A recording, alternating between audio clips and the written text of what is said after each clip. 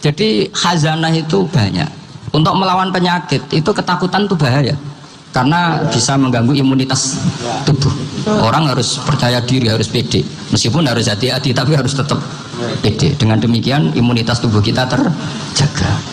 Jadi ya sudah seperti itu. Semua orang punya cara untuk menjaga diri masing-masing. Kemudian tentang Pak Ahmad Siddiq, saya tahu banyak karena dulu saya masih ingat. Ini sekaligus ijazah pada cucu-cucunya. Kalau sama anaknya tidak berani saya. Sama cucu-cucunya. Saya masih ingat Mbah Ahmad Siddiq itu sangat loyal sama yang namanya negara. Kita tahu beliau adalah termasuk orang yang bintang ketika Muktamar Situbondo, ketika NU pertama kali nerima asas tunggal yaitu Pancasila. Kayak apa ulama-ulama kita? Ya mulai Mbah Ahmad Siddiq, Mbah Ali Maksum, Gus Dur, Mbah As'ad semuanya, termasuk Mbah Mun, semuanya loyal sama negara sehingga NU menerima asas tunggal. Itu saya masih ingat. Karena bapak dulu perwakilan dari NU cabang Lasem. Beliau pernah ngundang Mbah Ahmad Siddiq di sini. Zaman itu zaman Pak Dzufar, ikut ngundang ke sini. Bapak saya. Itu saya menangi beliau ngisi pengajian di hallnya buyut saya, Mbah Umar bin Arabi. Jadi saya ini zuriyahnya Mbah Umar bin Arabi, sama dengan keluarganya Ki Hamid Pasuruan. Itu beliau cerita bahwa kemenangan Islam itu tidak harus kita yang menang kangelan. Kadang Allah bikin orang lain yang kangelan, kita yang ikut menang. Jadi dulu kata beliau banyak ulama ketika kita diserang Jepang. Saya masih ingat, saya karena pas itu ikut ke Lasem karena saya santri sarang, bangun misi di Lasem, saya ikut di Lasem karena saya masih keluarga. Itu ulama-ulama itu mimpi dibacakan ayat khulibatir rum fi adnal ardi wa hum min ba'di ghalabihim sayaghlibun fi bid'i sinin lillahil amru min qablu wa min ba'du wa yawma idzi yafrahul mu'minun. Itu dulu itu ada pertarungan besar antara kerajaan Romawi dan kerajaan Persia. Kita tahu Romawi itu Nasrani. Saya ulang lagi, Nasrani. Nasrani itu percaya adanya Allah, adanya Tuhan, dan percaya adanya kitab samawi. Sementara musuhnya itu Persia, orang yang tidak bertuhan, tidak berdasar kitab samawi. Ketika Persia mengalahkan Romawi, itu orang Islam ikut susah karena terus dibully sama orang-orang kafir Mekah. Orang kafir Mekah adalah orang yang tidak punya kitab samawi. Katanya orang kafir Mekah, iku lho balamu, jute duwe kitab jarene dihubungan mbek langit, nyatane perang keok.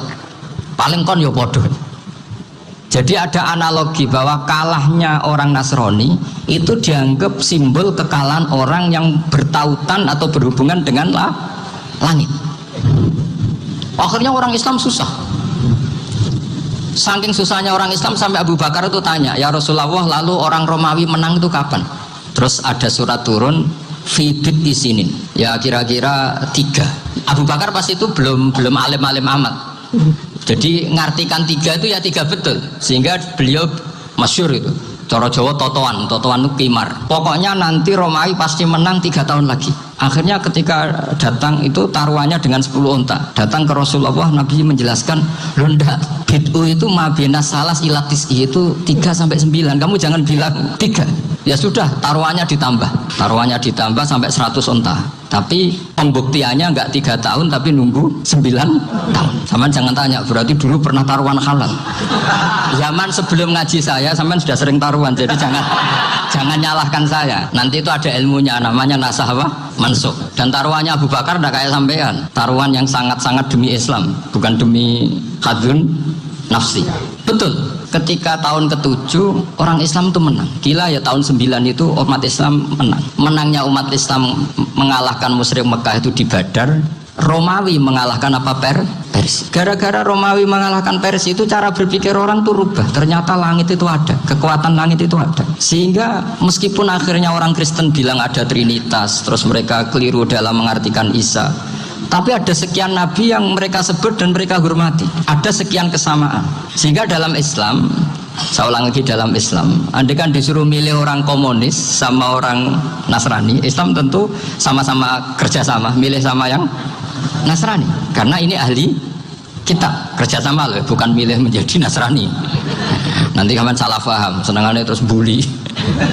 Itu semangatnya pasti hasad ya. Nah, terus lalu relevansinya dengan Indonesia gimana?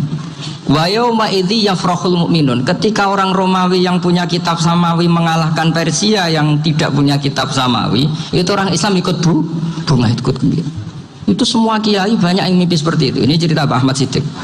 Saya dengarin. Ternyata betul. Jepang itu nggak dikalahkan Indonesia. Jepang, Hiroshima dan Nagasaki dibom oleh apa? Sekutu. Akhirnya Jepang pulang. Pas Jepang pulang, Indonesia merdeka. Itu dulu kiai-kiai sudah nakwil bahwa menangnya Indonesia itu tidak harus mengalahkan penjajah. Pokoknya nanti penjajah ada yang mengalahkan. Jadi Indonesia, orang Islam zaman itu tidak bisa mengalahkan Persia. Yang mengalahkan itu Romawi. Tapi orang Islam ikut gembira. Itu sebenarnya wa yauma idzi yafrahul mu'minun binasrillah. Jadi orang itu cara berpikir Quran itu beda. Sehingga saya ini cerita ke cucu-cucu Mbah Siddiq karena ya nasabnya sama sampai saya, karena sama-sama sampai Mbah Sambu. Bedanya keluarga saya lewat Mbah Abdul Azim, kalau yang keluarga sini lewat namanya Mbah Yusuf. Itu saudara sama Mbah Abdul Azim, sama-sama sampai Mbah Sambu. Tapi keinginan saya tentu bukan sekedar silaturahim gagah-gagahan diceluk Gus. Celuk Gus repot. Nara ora alim ra pantes. Nak beling ra pantes. Salam templek 1.000 jaluk swarga. Kok mentalan yang 1.000 jaluk. Kamu nginep di hotel 100.000 itu tidak cukup, apalagi untuk bayar apa? Surga. Itu nggak sopan sekali. 1 juta ya nggak bisa itu. 100 juta juga nggak jelas juga. Terus sampean mendingan nggak usah salam template. Malah nggak mungkin masuk surga kalau. Jadi dulu yang namanya zuriyah.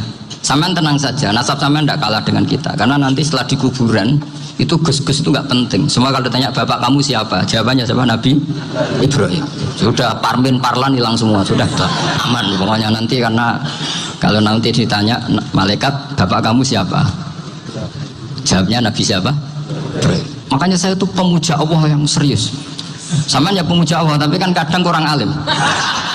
Saya ini pemuja Allah serius. Saya itu kalau ngaji, ya ngaji biasa belajar, itu sering nangis, nangis seneng. Misalnya saya baca tadi, Miftahul Jannah la ilaha illallah, kunci kok dikasihkan. Kita ini masuk neraka gak pantas, enggak bawa kuncinya kok masuk. Harusnya kita ini masuk surga, kita kan pegang kunci surga, gak pegang kunci neraka. Maka aneh kalau kamu masuk neraka itu aneh. Coba kita pegang kunci surga apa kunci neraka? Tapi kadang teman saya suon rokok anu kunci ini. Karena tidak ada pintunya. Terus saya bilang, kamu kok tahu? Memangnya mau ke sana, kata saya. Saya tidak punya rencana tahun neraka. Karena nanti di antara syafaatnya Quran itu orang kalau mau masuk neraka tidak jadi. Ya nggak apa-apa ya, diatur sendiri. Jadi di antara syafaatnya Quran itu orang nggak jadi masuk neraka. Jadi syafaat itu ada 2, dari neraka diangkat ke surga, dan itu bisa lama itu. Tapi kalau syafaatnya Quran itu yang belum masuk neraka supaya nggak jadi masuk neraka. Karena neraka juga punya aturan, dia juga kena aturan fikih. Jadi betul ini, saya ada guyon. Jadi kena konstitusi apa? Fikih. Sama tak ceritani syafaatnya Quran itu, ada orang itu beling itu fasik. Itu dihafal surat Tabarok. Hafal betul. Tabarakalladzi biyadihil mulku wa huwa ala kulli syai'in qadir alladzi khalaqal mauta wal hayata. Pertanyaannya gini, boleh enggak orang menginjak surat Baqarah? Boleh enggak? Enggak. Padahal orang hafal Quran itu artinya ayat itu ada di hatinya. Fa inna wa ta'ala la yu'adzibu qalban wa al-Qur'ana. Allah tidak akan menyiksa hati yang menyimpan Quran, yang jadi flash disknya Quran, yang jadi rekaman Quran. Singkat cerita orang ini hafal. Pas ketemu Mungkar Nakir prosedur kan, ini orang fasik mau diantemin sama Mungkar Nakir. Prosedur ya, dia kan prosedur standar. Si surat Tabarak akhirnya menjelma jadi seseorang yang gagah berani. Kamu nggak boleh nyiksa orang ini. Saya ini kalamu. Kalau kamu nyiksa dia berarti nyiksa saya. Kamu berani sama kalamu. Wah ya tidak berani dari Mungkar Nakir. Tapi orang itu nakal, harus saya gebukin. Tapi kata Quran tadi, tapi saya di situ pasti kena saya. Oh debat. Enggak ada lajnahnya, ini gak ikut. Kalau Gus Werjon ikut jadi lajnah. Kalau jadi lajnah pasti kroninan, kalau santrinya dimenangkan.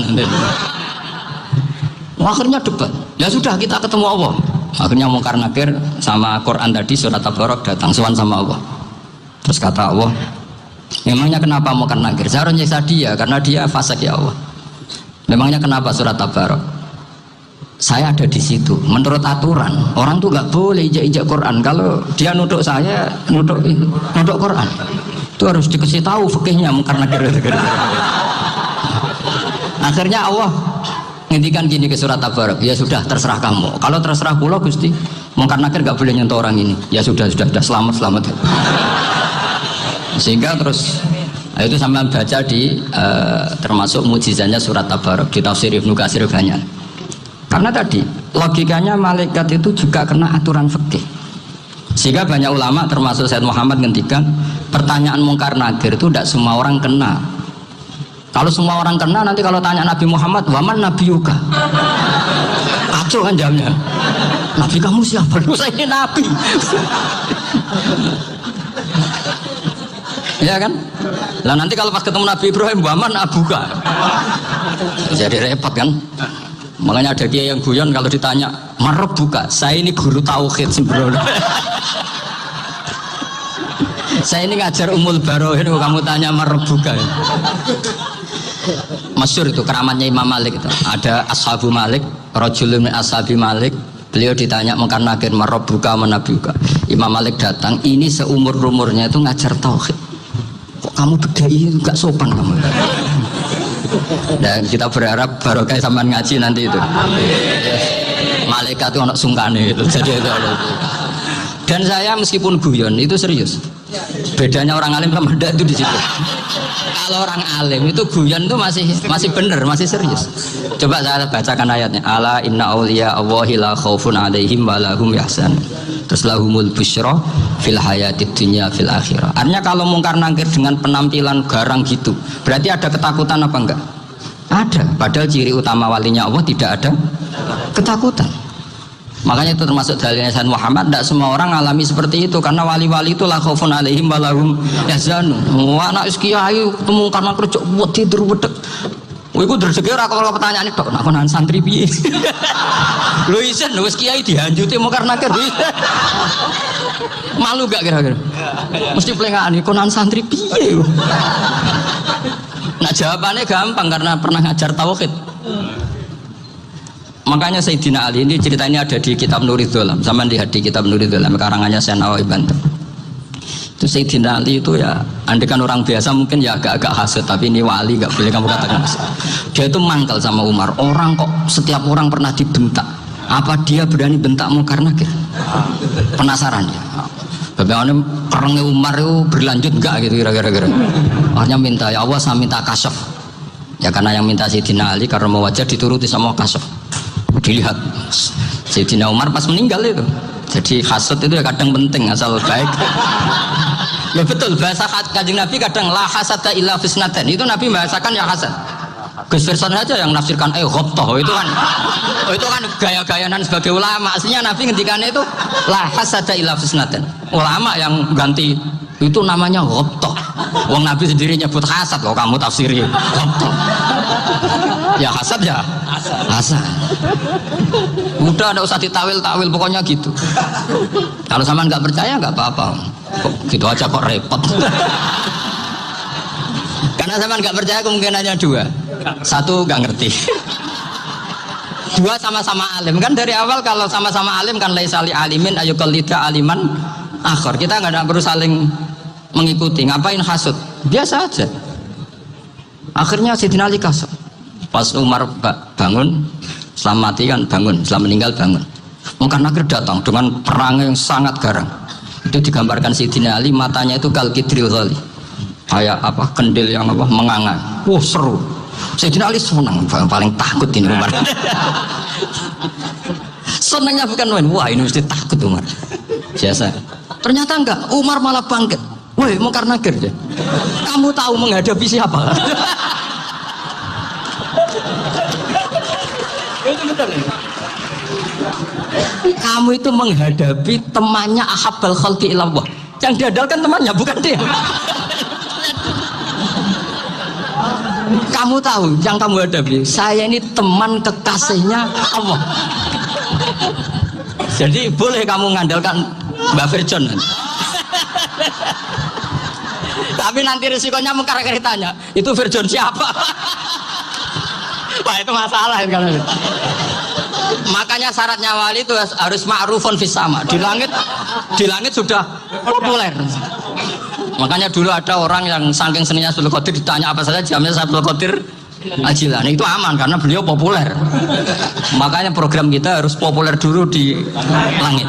Nah, itu nanti kalau dicatut oleh santri-santri nggak apa-apa. Kalau nggak populer nanti ditanya, itu siapa? Masalah ini. Umar itu yang dibanggakan itu, kamu tahu saya siapa? Ya enggak tahu, saya ini temannya kekasihnya Allah. Temannya Muhammad, iya Muhammad Rasulullah. Mikir, waduh, repot. Loh, di dunia aja gitu kan, temannya presiden, temannya panglima, apalagi ini temannya Sayyidul Awalin wal Akhirin. Di dunia aja bilang temannya presiden, menteri, orang sudah takut, apalagi ini temannya Sayyidul Awalin. Makanya karena terus konfirmasi sama Allah, gimana ya Allah ini ngadepi. Sebetulnya diandalkan itu temannya, bukan dia. Wah, akhirnya sama Allah dibilang, ya bu, ya sama seorang seperti itu bu yang sopan. Terus semenjak itu Mungkar Nakir itu nggak selalu berpenampilan seperti itu sangat. Jadi semoga itu konsisten sampai nanti. Jadi kamu kalau ingin nggak takut Mungkar Nakir, jadi wali dulu. Karena syaratnya tadi hanya wali sing la khaufun alaihim wa lahum yahzanun lahumul busyra fil hayatid dunya fil akhirah. Jadi orang itu kalau ngaji itu harus khatam. Jangan semuanya kena pertanyaan. Dan kalau semuanya kena pertanyaan nanti repot. Kalau Nabi Muhammad ditanya waman Nabi juga. Nabimu siapa? Lu kan terus jadi aneh. Jadi makanya ngendikane Sayyid Muhammad semua ulama lah, enggak ada am kecuali ditaksis. Kecuali sifatnya Allah. Misalnya bikulli syai'in alim, ya benar-benar bikulli syai'in. Tapi kalau am semuanya pasti ada taksis. Meskipun dalam muhawarah muhadasah biasa. Misalnya contoh gampang, istri kamu baru seneng kamu, mas nak pengen apa-apa itu lapor aku, gak apa-apa mas, mesti aku seneng gak sama lapor. Iku dia aku pengen wayo. Langsung jadi apa wae. Mesti apa wae maksudnya kecuali itu gitu. Padahal kalau ngomong, mas sampean ingin apa saja tak dukung. Sampean bilang, pengen ku iku wayo. Kira-kira disetujui apa enggak? Sama seperti kita kalau punya teman akrab, wah senang omahku gak apa-apa, anggap ya omahmu dewe, terus mlebu-mlebu kamar. Jadi tidak ada am kecuali di artinya kalau ada cerita bahwa orang mati pasti ngalami ditanya Mungkar Nakir, itu pasti ada am yang di taksis. Itu pasti juga dialami para anbiya, para ya, karena ciri utama wali itu la khaufun alaihim walahum yahzanun. Kemudian saya yang mau cerita ya, supaya sampean bisa menghadapi dunia global ini, tak bawa tafsir Munir termasuk tadi. Kenapa orang Islam Rasulullah SAW itu lebih senang kalau yang menang itu orang Nasrani Romawi, ketimbang yang menang itu orang Faris, dalam hal ini ateis. Karena orang ateis itu lebih ngeri. Sebetulnya beberapa penemuan sains, terutama di ilmu medis, itu orang Amerika, kayak cloning. Tapi orang Amerika itu masih dilarang oleh gereja untuk mengaplikasi. Karena nanti bayi cloning itu dipakai suku cadang. Di Amerika masih ditentang oleh fatwa-fatwa agama, baik Islam maupun Kristen. Tapi di Cina itu dipraktekkan, karena nggak ada halangan agama. Di Cina itu biasa ada kondom diolah lagi jadi alat-alat aksesoris. Di Amerika tidak ada karena masih ada agama, masih ada larangan. Sehingga orang Islam itu lebih takut kalau yang menang itu Persia, karena terus cara berpikir ternyata Tuhan itu tidak ada, langit nggak ada perannya.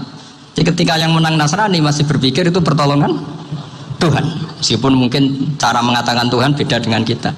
Tapi ada satu kesamaan bahwa kekuatan samawi itu ada. Jadi disebut ghulibatir rum fi adnal ardi wa hum min ba'di ghalabihim saghlibun. Di sini diterangkan oleh Syekh Nawawi supaya kamu tidak salah paham. Sebetulnya saya kamu katakan misalnya wah itu paham liberal, sebenarnya saya tidak tersiksa. Cuma takut yang mengatakan seperti itu cek goblokir atau ngaji gitu. Itu aja masalah saya. Ini saya baca ini karangannya Syekh Nawawi karena tadi kata Mbah Firjon ngaji itu harus sama orang yang bersanad. Saya ini kalah sama beliau tuh berkali-kali. Secara nasab saya harus manggil Mbah.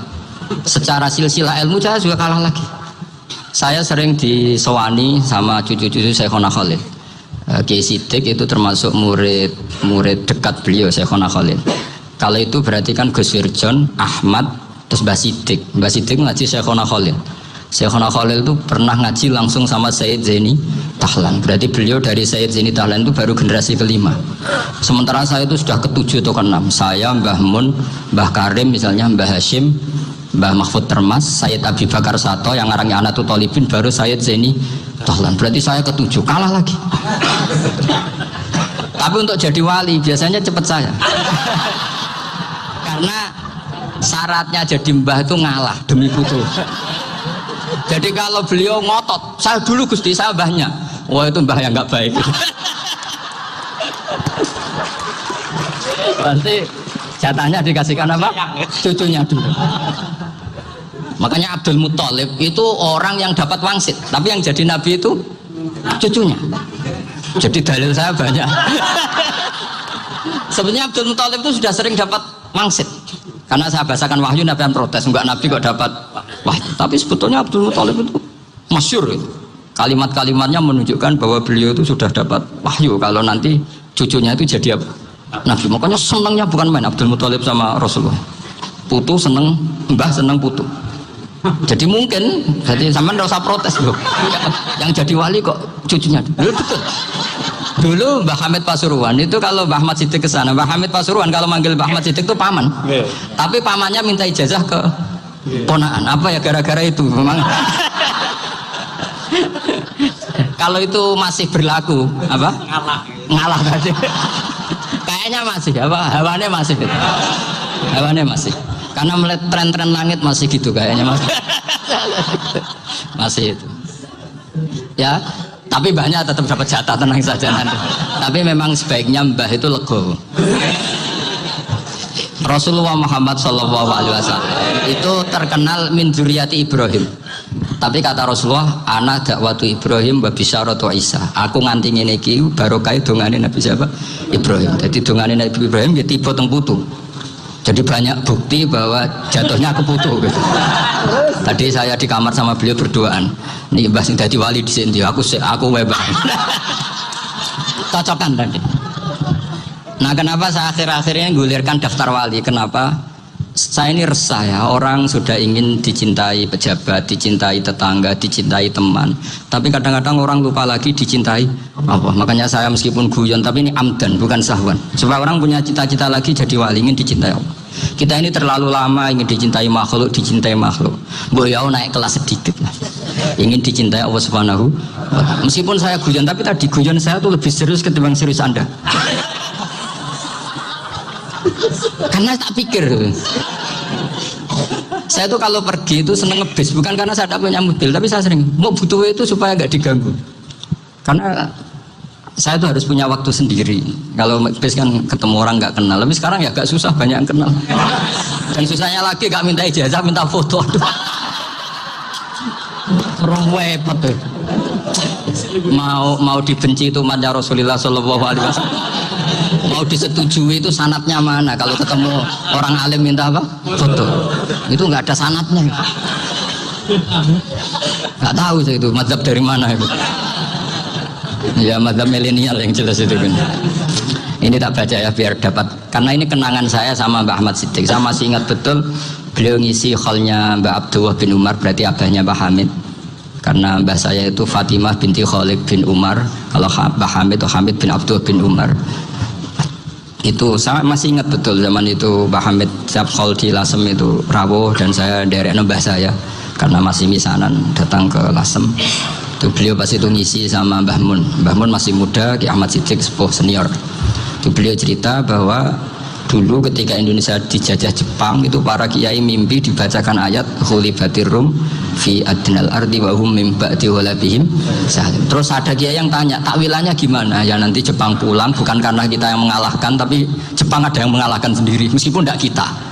Kayak dulu Faris tidak dikalahkan Islam tapi dikalahkan Romawi, tapi yang senang umat Islam. Wa yauma idzi yafrahul mu'min. Itu luar biasa ulama-ulama kita. Delalah kejadiannya Indonesia seperti itu, yaitu kita tidak mengalahkan Jepang, tapi Jepang pulang sendiri karena dikalahkan apa? Sekutu. Ya ini saya baca. Ini tidak usah dicek bacanya benar apa enggak, sudah aman, apa aman.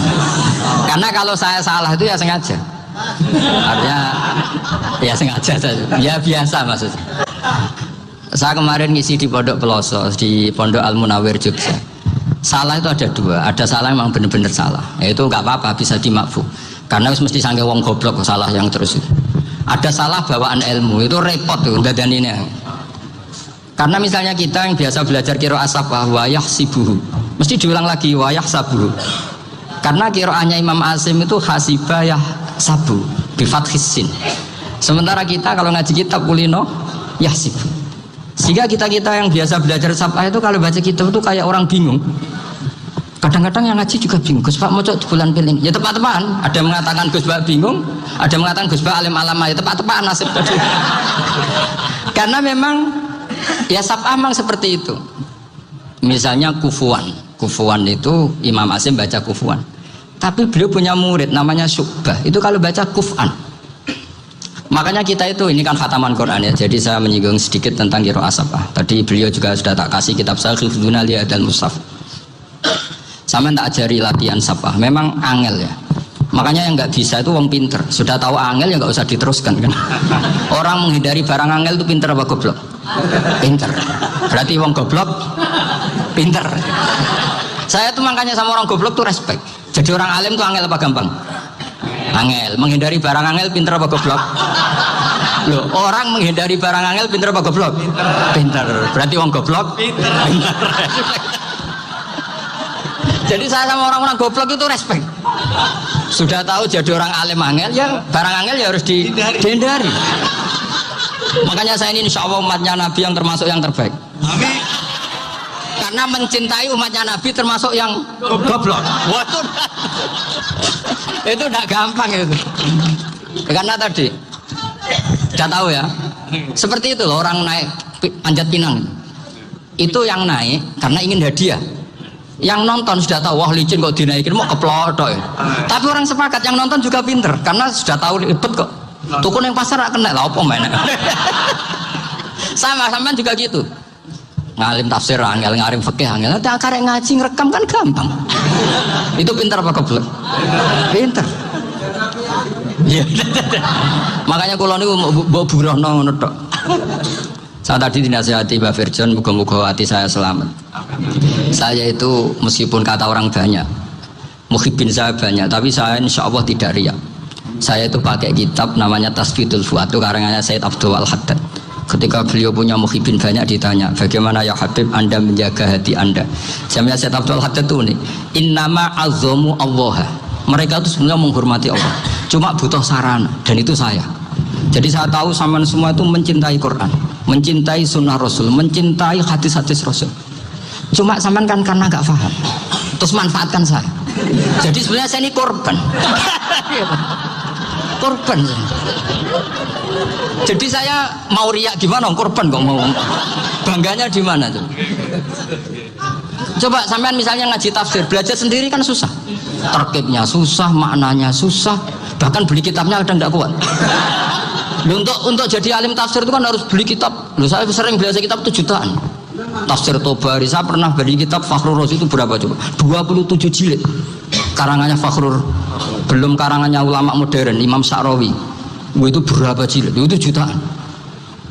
Saya kemarin juga dihadiahi kitab Pak Quraish Shihab namanya Faidul Bari fi Syarhil Bukhari. Pak Quraish Shihab yang terkenal. Dia sering diskusi sama saya ngasih hadiah beliau ngasih hadiah saya. Oh itu harganya nggak kuat. Tidak kuat kadang di Indonesia nggak ada coba. Dan sama orang hebat menghindari kesulitan itu. Yang kesulatan itu, kesebak ngaji ikut, kalau nggak paham dirukon rekamannya sudah gitu. Pinter mana sampean sampai saya? Pinter sampean kan? Bikin sosis susah, beli aja kok repot kan. Makanya nggak boleh orang bilang, wah aku goblok reso tafsir, aku wong pinter. Makanya nanti kalau saya ketemu Nabi tidak termasuk orang yang mentahkir orang Islam. Kafabil mari isman ayah kira akhahul muslim.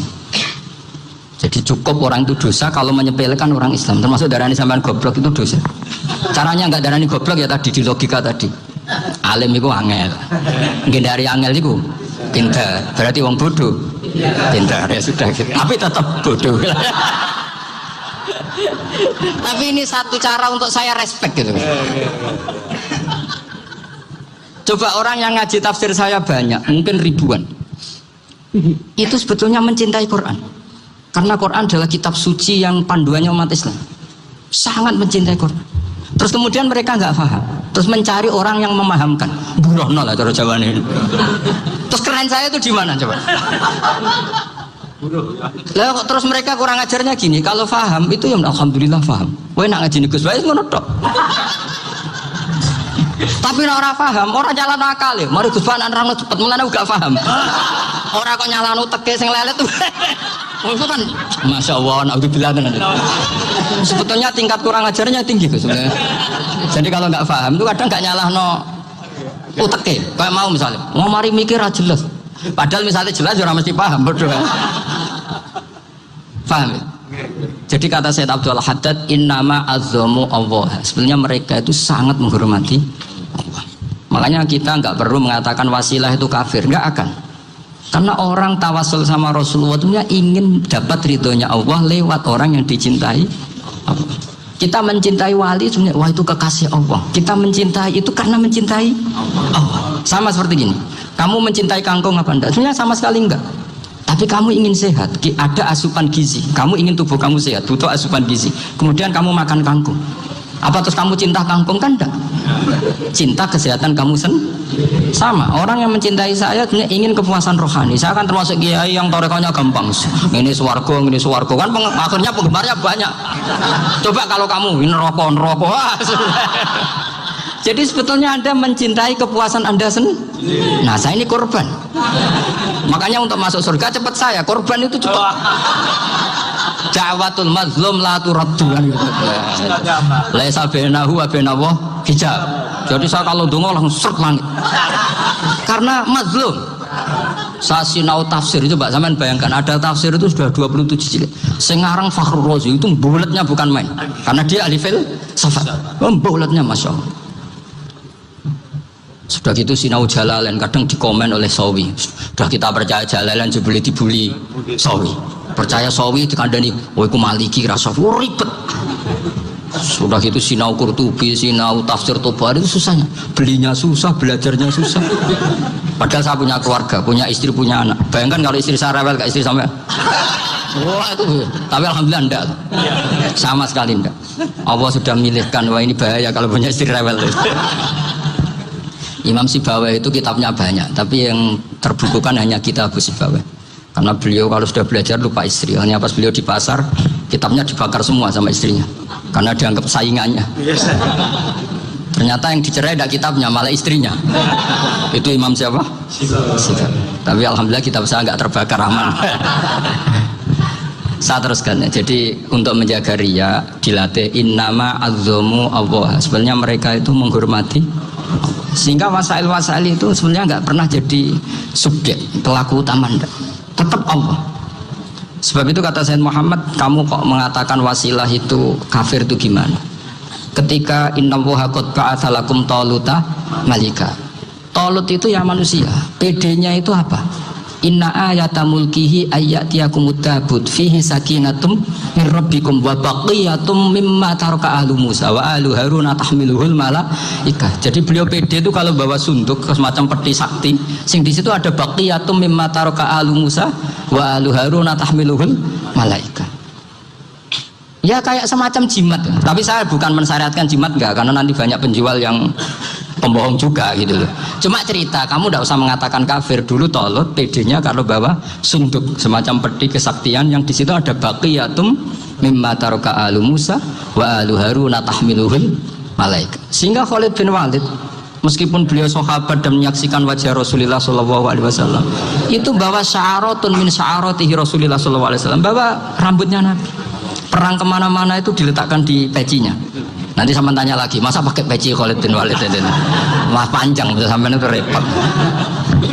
Sampai tak warai ngaji usul fikih. Usul fikih itu kalau ngaji itu ada istilah tangkihul manat.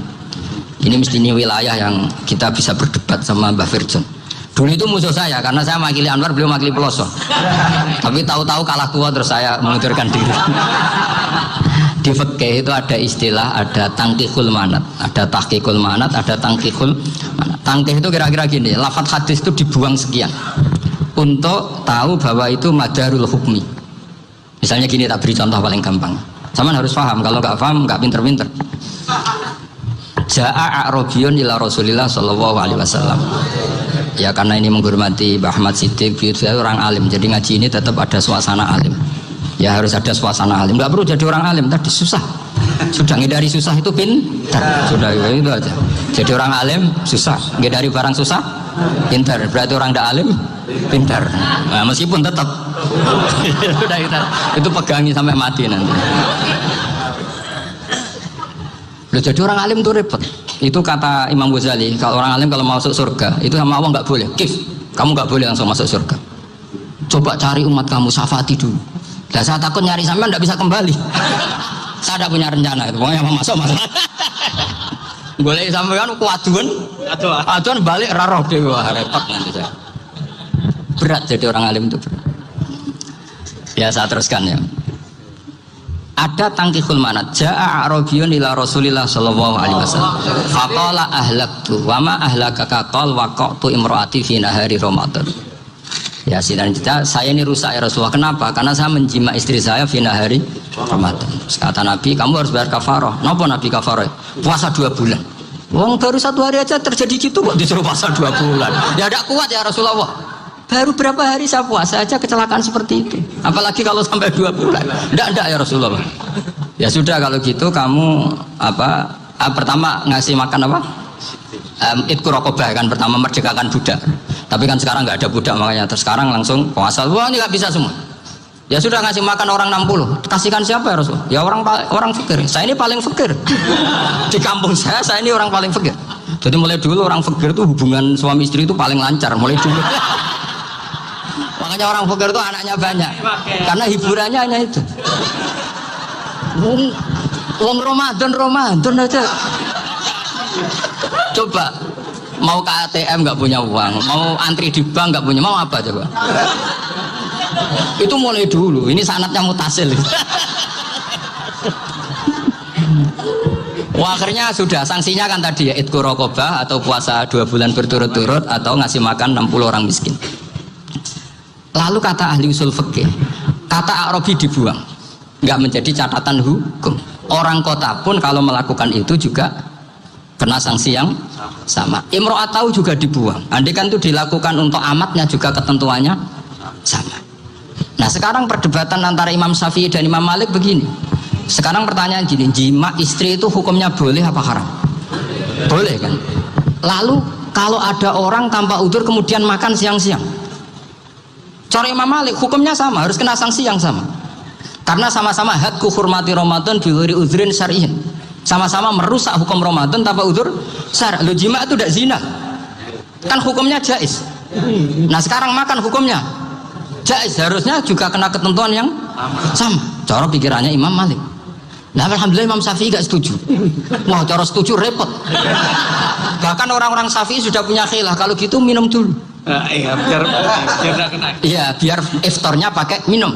Setelah minum baru jima kan. Ya. Ini sudah menyiapkan khilafnya. Ini khas Syafi'i ini, bongsong rekayasa hukum. Nanti bisa belajar jauh cara ngakali hukum. Makanya guyonan yang masyhur Gus Dur itu gitu. Ada seorang kiai atau Gus lah, ya punya salah, namanya manusia kan punya salah, entah cangkruk entah apa, pokoknya punya salah. Ada wartawan yang ngiranya semua kiai itu orang suci, sehingga tanya sama Gus Dur, Gus itu ada kiai kok, ya pokoknya salah lah. Tapi jangan bayangkan dosa besar, enggak, kecil-kecil aja. Itu gimana itu? Padahal kiai kan orang suci. Jawabnya Gus Dur lucu. Ya justru yang boleh salah itu para kiai. Kalau kamu nggak boleh. Kok bisa Gus? Karena mereka tahu caranya tobat. Repot. Kalau kamu nggak tahu caranya, sama pelanggaran hukum itu ya harus pakar-pakar hukum. Itu yang tahu caranya rekayasa. Kalau kamu ya kena pasal kan ya. Jadi kamu jangan niru saya ini punya sekian cara untuk nah, itu namanya khilaf. Makanya kata Sayyid Muhammad, kamu tidak usah anti khilaf, karena Abu Hanifah itu membolehkan khilaf, kitabul khiyal. Yang penting kamu soleh dulu, setelah soleh nanti Allah maklumi. Soleh dulu, syaratnya soleh dulu. Kalau tidak soleh jangan. Contohnya gini, ada orang mau puasa lemes sekali, mau makan, gampang. Kalau langsung makan kan kayak hadku hormati Ramadan biwirudrin syariah. Aku langsung mau jembera sowan Mbah Firjon. Sudah status saya Pak musafir. Nah, sudah berangkat aja sampai Tuban makan. Nanti kalau nggak jadi ya nggak apa-apa sudah. Mulai pergi sudah musafir. Saya tidak tahu nanti malaikat tertarik ngebuki nggak tahu. Tapi itu ada khilafnya. Asal soleh. Karena kata Sayyid Muhammad dan semua kitab mengatakan itu. Kalau sama nggak tahu ya kebablasan. Nabi Ayub, nabi yang terkenal Gudikan itu siapa? Ayub ya. Itu yang Israiliyatnya akan seru. Gudikan dikukur bek kreweng itu terlalu lah kalau itu. Untuk kreweng konti meneng Arab rono kreweng itu sudah masalah itu. Singkat cerita, Nabi Ayub ketika diasingkan kaumnya itu kan nggak punya sumber makanan. Lah orang lelaki itu mulai dulu egois. Istrinya Nabi Ayub itu cantik sekali, udah cantik, rambutnya bagus. Makanya kamu nggak usah tanya kenapa istrinya kayak banyak yang cantik. Ya nah warasatul anbiya, nggak boleh gitu. Kalau nggak cantik ya warasatul anbiya dari segi bala. Istrinya Nabi itu semuanya cantik. Nggak usah tanya sebabnya apa, pokoknya gitu semuanya cantik. Singkat cerita, beberapa kali istrinya Nabi Ayub itu kerja demi bisa nafkahi Nabi siapa? Suatu saat itu tidak ada pekerjaan yang cukup untuk beli roti. Satu-satunya peluang dapat rezeki itu putrinya raja itu rambutnya berondoli. Terus ada sayembara siapa yang rambutnya bagus mau dibeli. Sampai rambutnya istrinya Nabi Ayub itu dijual. Nabi Ayub tersinggung karena itu mengurangi kecantikan. Jadi lelaki mulai dulu gitu. Udah nggak urun kalau istrinya nggak cantik itu komplain. Itu khasnya lelaki. Jadi kalau kamu gitu ada sanadnya juga, tenang saja ya. Komplain ya pegawai itu. Saking mangkelnya Nabi Ayub terus ngendikan la adriban naki mi'ata sautin. Kamu akan saya pukuli dengan mi'ata sautin atau dengan 100 cambuan atau mi'ata dikhtin atau mi'ata apalah sesuai konteks zaman itu. Engko namun pecut tuku konci kok ribet lagi. Singkat cerita akhirnya ketahuan bahwa istrinya menjual itu demi Nabi Ayub. Allah nggak ridho kalau kekasihnya yaitu istrinya Nabi Ayub wis perjuangan kayak gitu malah kena hukuman.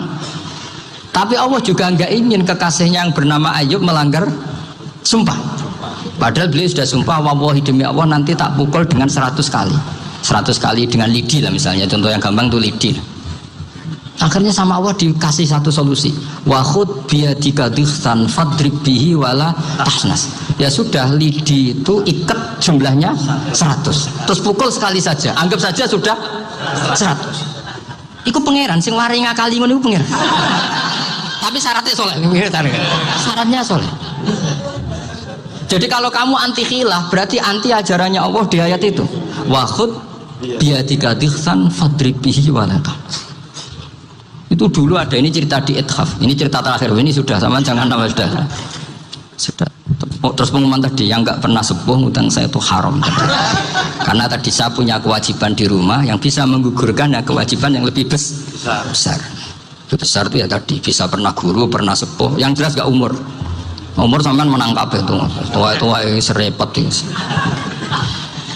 Ada raja itu ganteng kaya, senengane nikah perawan cantik. Itu semua kampung mesti kenal. Mungkin digilir atau gimana pokoknya. Suatu saat ada pemuda suka sama perempuan yang di kampungnya, cantik sekali. Kemudian pemuda ini ternyata pekerja di kerajaan itu. Tiap hari ditanya, wah itu yang di kamu yang cantik siapa? Mau saya nikahin gini. Wah bahaya ini saingannya raja. Jadi yang dibidik pemuda tadi itu saingannya si raja ini orang yang namanya raja kan gengsinya tinggi. Kaifatan kihuha wa qad ra'aitu qad qabbalaha rajulun. Kobok nikahi, saya itu pernah melihat dicium lelaki. Wah, gak mau. Gak gelem, kadang ditambung lan wa qad qabbalaha rajulun. Saya pernah melihat sendiri qabbalaha rajulun, dicium oleh lelaki. Wah, sudah gak minat raja langsung gak keren. Suatu saat pemuda tadi nikahi perempuan itu. Rajanya marah-marah, kamu lelaki gak punya harga diri gini. Gak punya selera, gak punya harga diri, sudah pernah dicium orang kok tetap dinikah. Terus bilang ke raja, takrif manir rajul, lelaki itu siapa? Abuha. Kamu tahu lelaki itu siapa? Sopo? Abuha. Bapaknya. Saya kan hanya bilang rajulun. Pernah dicium lelaki. Lah pikirannya raja itu lelaki kue-kue ngene. Tapi butuhnya cano mau rojo ben gak sido itu aja tuh. Baru kayak digulirkan gitu wakot kebalah rajulun. Wah nggak mau. Setelah itu satu saat pegawainya tadi nikahi perempuan. Kamu nggak punya harga diri gini. Kamu tahu mandir rajul apa abu? Wah ngono gak apa-apa. Lah monggo sakniki wis bojo kula. Ora trimo wis diambung wis macam-macam. Lah itu namanya khila. Apa? Khila. Kalau di Balaghah disebut tauriyah atau apa. Tapi saya tidak ngajari sampean seperti itu. Sudah pinter sebelum saya ajarin. Bangsa ngakali kan sudah pinter. Ya ini terakhir tak baca Arabnya saja nanti. Bismillahirrahmanirrahim. Biar dapat barokahnya Syekh Nawawi juga barokahnya guru-guru. Bismillahirrahmanirrahim. Wa sababu nuzuli hadil ayati annahu kana baina farisa war rumi qitalun wa kanal musyrikuna yawadduna antaghliba farisu ar-ruma li anna farisa kanu majusiyan ummiyin wal muslimuna yawadduna ghalabatar rum ala faris li kaunihim ahla kitabin. Jadi zaman dulu orang Islam lebih senang kalau yang menang itu orang Nasrani. Kalau bandingannya ateis, karena bagaimanapun percaya kekuatan langit. Sementara orang ateis sama sekali tidak percaya kekuatan. Apapun bedanya kita dengan Nasrani itu ada kesamaan, yaitu percaya adanya kekuatan langit. Sehingga ketika orang Romawi kalah itu orang Islam ikut susah. Paham ya? Makanya ini tak baca biar sampean enggak macam-macam pikirannya. Fab'atha Kisra saat terusnya, ya pokoknya seperti itu. Akhirnya Rasulullah SAW berdoa lebih senang yang menang itu Rom karena ahli kitab. Artinya apa? Kemenangan ahli kitab adalah kemenangan makhluk atau hamba Allah yang mentautkan kekuatan kita di bumi dengan kekuatan langit. Makanya saya berharap selain kita ikhtiar medis, kita harus memperbanyak istighfar. Bagaimanapun semua itu dari Allah Subhanahu wa Ta'ala. Kita menghormati negara dengan ikhtiarnya, tapi saya mohon sekali kita juga istighfar, karena semua itu juga ditentukan oleh Allah, oleh langit.